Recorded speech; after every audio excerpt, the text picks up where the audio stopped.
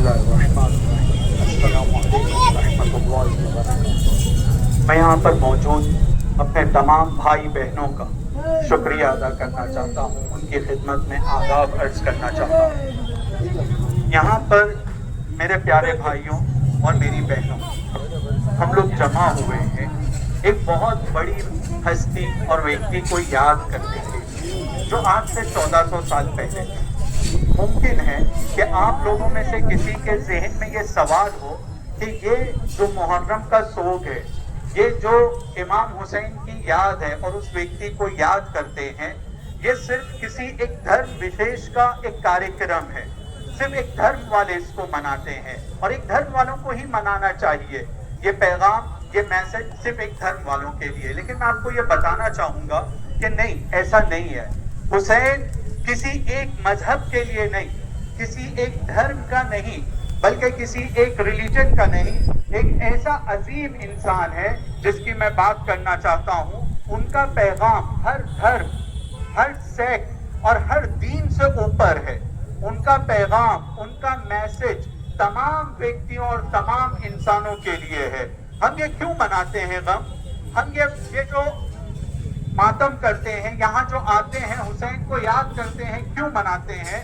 ہم صرف اس لیے مناتے ہیں کہ ہم لوگوں کا یہ ماننا ہے کہ اگر کوئی ایک انسان سچ کے لیے، نیائی کے لیے، اگر مانوتا کے لیے وہ آگے کھڑا ہوتا ہے کسی اہنکاری کے سامنے، کسی دمنکاری کے سامنے، کسی طاقت کے بھوکے اور لالچی کے سامنے، اور اس کے سامنے کھڑے ہو کر وہ اپنا بلیدان پیش کرتا ہے، اپنی قربانی پیش کرتا ہے، تو ایسا انسان کسی ایک مذہب کا نہیں ہوتا ہے، کسی ایک دھرم وشیش کا نہیں ہوتا ہے، بلکہ ایسا انسان یہ سب انسانوں کے لیے رول ماڈل بن سکتا ہے۔ کیوں یہ رول ماڈل بنتا ہے؟ کیونکہ آج سے 1400 سال پہلے میرے بھائیوں، میری بہنوں اور میرے دوستوں، آج سے 1400 سال پہلے ایک بہت طاقتور انسان تھا، ایک بہت دمنکاری انسان تھا، جس کو یہ بات برداشت نہیں ہوتی تھی کہ اگر وہ کوئی غلط کام کر رہا ہے، وہ کوئی انیائے کر رہا ہے، تو اس کے خلاف کوئی کھڑے ہو کر کہے کہ تجھے انیائے نہیں کرنا چاہیے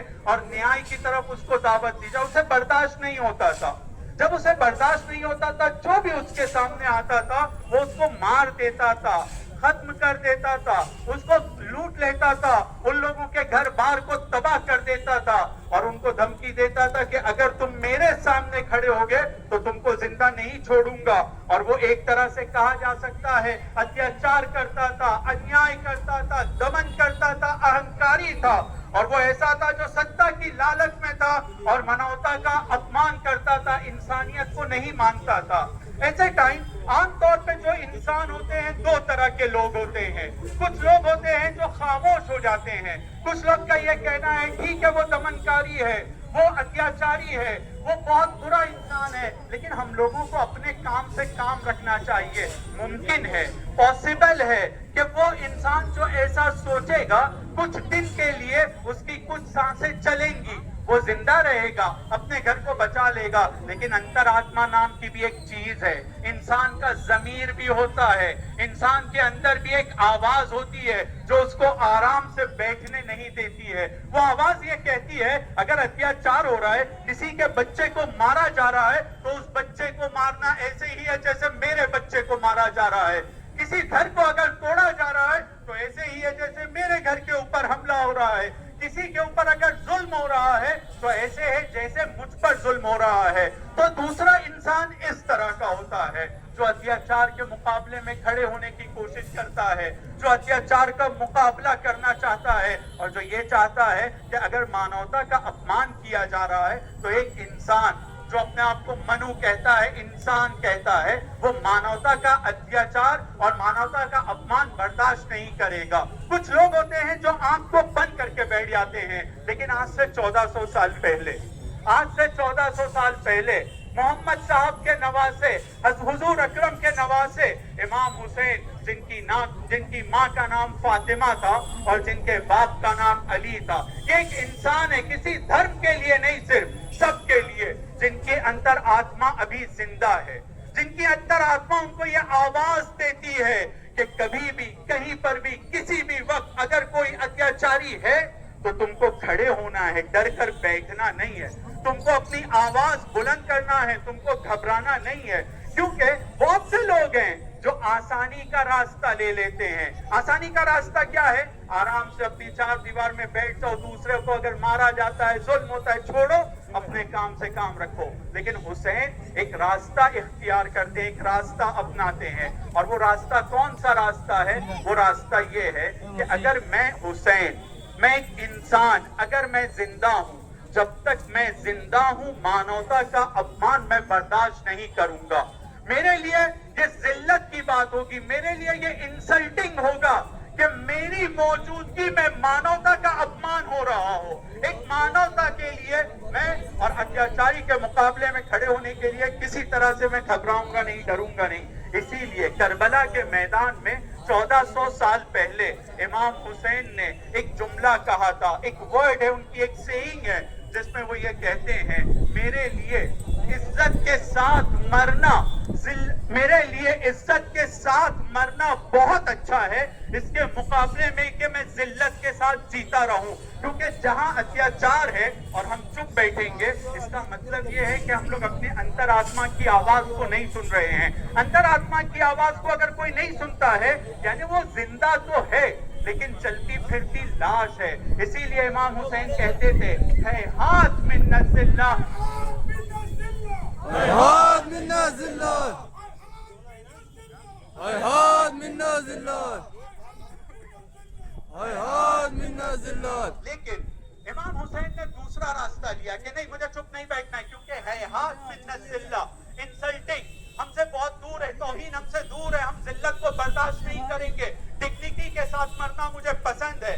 सिर्फ खुद नहीं बल्कि उन्होंने अपनी कुर्बानी दी, अपने भाई को कुर्बान किया, अपने खानदान को कुर्बान किया, अपने बच्चों को कुर्बान किया। मेरे बाद जो यहाँ बुजुर्ग हैं, हजरत बैठे हुए हैं, मौलाना, वो बयान करेंगे उनकी कुर्बानी के बारे में। लेकिन मैं आपको एक चीज बताना चाहता हूँ, करबला एक स्कूल है, करबला एक जंग का नाम नहीं है, करबला एक जंग का नाम नहीं है, करबला एक स्कूल का नाम है, करबला एक रास्ते का नाम है, जो हमको क्या बताता है? करबला हमें यह सिखाता है कि सच के साथ खड़े रहना है, करबला हमको यह सिखाता है कि न्याय के साथ खड़े रहना है, करबला हमें यह सिखाता है कि कमजोर इंसान का मददगार बनना है, करबला हमको यह सिखाता है कि एक दूसरे के साथ प्रेम के साथ, करुणा के साथ, एक दूसरे के साथ मोहब्बत के साथ जीना है। अगर आज कहीं पर कोई ताकतवर किसी कमजोर का हक छीनता है, करबला हमें सिखाता है कि कमजोर के साथ खड़े रहो। और अगर कोई इंसाफ के बजाय जुल्म करता है, तो करबला हमें सिखाता है कि इंसाफ के लिए खड़े हो जाओ।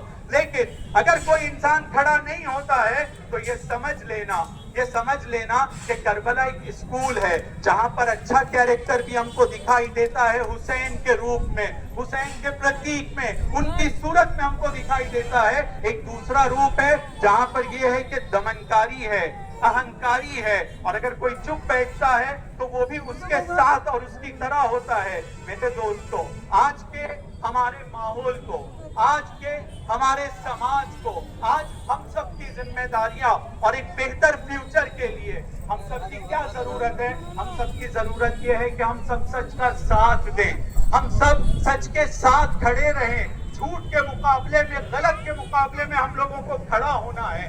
आज सिर्फ हिंदुस्तान नहीं, दुनिया को आज इस बात की जरूरत है, दुनिया को आज इस बात की जरूरत है। जो अन्याय करते हैं, जो जुल्म करते हैं, हम सब मिलकर उनके खिलाफ खड़े हों और हम न्याय की बात को फैलाएं, क्योंकि हम सबको हमारे सामने करबला का स्कूल है। अब देख रहे हैं हालात को, न सिर्फ हिंदुस्तान, दुनिया में किस बेदर्दी से एक जंग को शुरू किया जाता है और नतीजे में उसका भुगतान सब गरीबों को भुगतना पड़ता है। कितनी सारी चीजें महंगी हो जाती हैं। ये अलग बात है कि महंगाई की कीमत बहुत बड़ी होती है, लेकिन एक इंसान के हिसाब से इसका दर्द ज्यादा होता है जब छोटे छोटे बच्चों का खून कोई बहता हुआ देखता है। आज हम लोगों को जरूरत है कि हुसैन से सीखे कि उन्होंने जो प्रेम का पैगाम दिया था, जो मोहब्बत का पैगाम दिया था, हम सब एक साथ एक दूसरे से प्रेम और मोहब्बत के नाम पर आगे बढ़े।